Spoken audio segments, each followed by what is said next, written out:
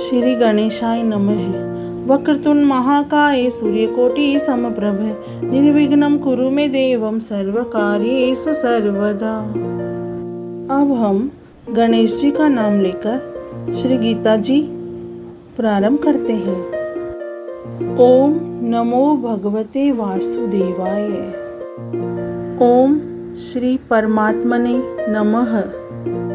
श्रीमद् भागवत गीता जी का 10वां अध्याय प्रारंभ करते हैं। श्री भगवान बोले, हे महाभाव, फिर भी मेरे परम रहस्य और प्रभाव युक्त वचन को सुन, जिसे मैं तुझ अतिशय प्रेम रखने वाले के लिए हित की इच्छा से कहूँगा। मेरी उत्पत्ति को अर्थात लीला से प्रकट होने को न देवता लोग जानते हैं और न महर्षि जन ही जानते हैं, क्योंकि मैं सब प्रकार से देवताओं का और महर्षियों का भी आदि कारण हूँ। जो मुझको अजन्मा अर्थात वास्तव में जन्म रहित अनादि और लोकों का महान ईश्वर तत्व से जानता है, वह मनुष्यों में ज्ञानवान पुरुष संपूर्ण पापों से मुक्त हो जाता है। निश्चय करने की शक्ति, यथार्थ ज्ञान, असमूढ़ता, क्षमा, सत्य, इंद्रियों का वश में करना, मन का निग्रह तथा सुख दुख, उत्पत्ति प्रलय और भय अभय तथा अहिंसा, समता, संतोष, तप, दान, कीर्ति और अपकीर्ति, ऐसे ये प्राणियों के नाना प्रकार के भाव मुझसे ही होते हैं। 7 महर्षि जन, 4 उनसे भी पूर्व में होने वाले सनकादि तथा स्वयंभू आदि 14 मनु, ये मुझ में भाव वाले सबके सब मेरे संकल्प से उत्पन्न हुए हैं, जिनकी संसार में यह संपूर्ण प्रजा है। जो पुरुष मेरी इस परमेश्वरीय रूप विभूति को और योग शक्ति को तत्व से जानता है, वह निश्चल भक्ति योग से युक्त हो जाता है। इसमें कुछ भी संशय नहीं है।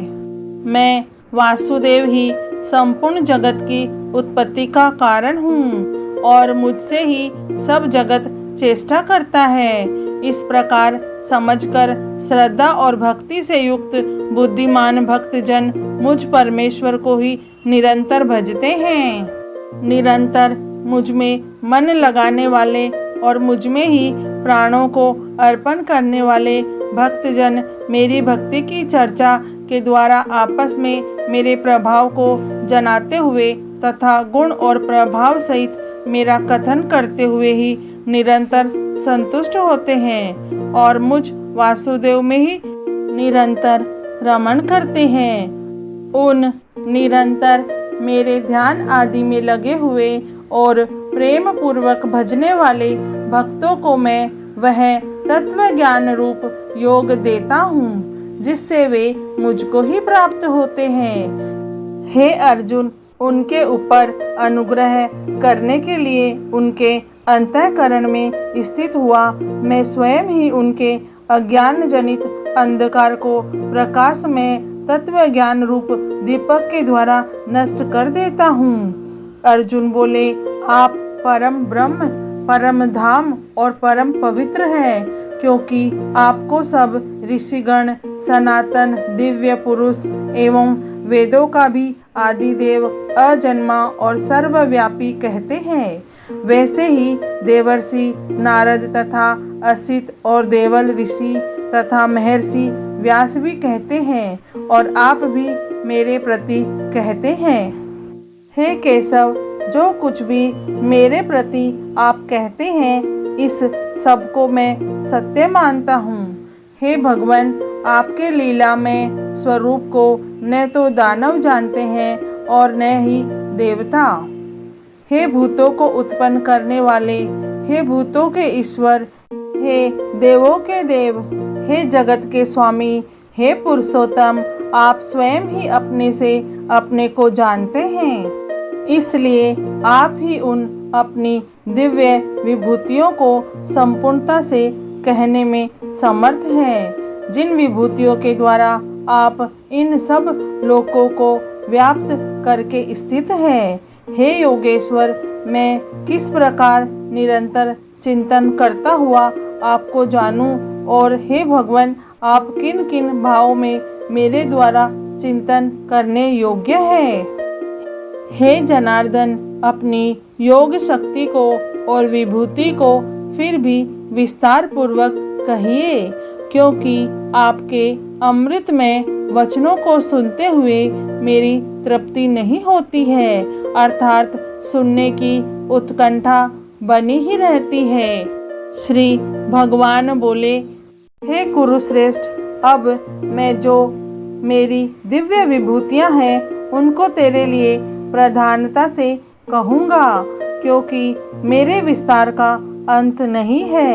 हे अर्जुन, मैं सब भूतों के हृदय में स्थित सबका आत्मा हूँ तथा संपूर्ण भूतों का आदि, मध्य और अंत भी मैं ही हूँ। मैं अदिति के 12 पुत्रों में विष्णु और ज्योतियों में किरणों वाला सूर्य हूँ तथा मैं 49 वायु देवताओं का तेज और नक्षत्रों का अधिपति चंद्रमा हूँ। मैं वेदों में सामवेद हूँ, देवों में इंद्र हूँ, इंद्रियों में मन हूँ और भूत प्राणियों की चेतना अर्थात जीवन शक्ति हूँ। मैं 11 रुद्रों में शंकर हूँ और यक्ष तथा राक्षसों में धन का स्वामी कुबेर हूँ। मैं 8 वसुओं में अग्नि हूँ और शिखर वाले पर्वतों में सुमेरु पर्वत हूँ। पुरोहितों में मुखिया बृहस्पति मुझको जान। हे पार्थ, मैं सेनापतियों में स्कंद और जलाशयों में समुद्र हूँ। मैं महर्षियों में भृगु और शब्दों में एक अक्षर अर्थात ओमकार हूँ। सब प्रकार के यज्ञों में जप यज्ञ और स्थिर रहने वालों में हिमालय पहाड़ हूँ।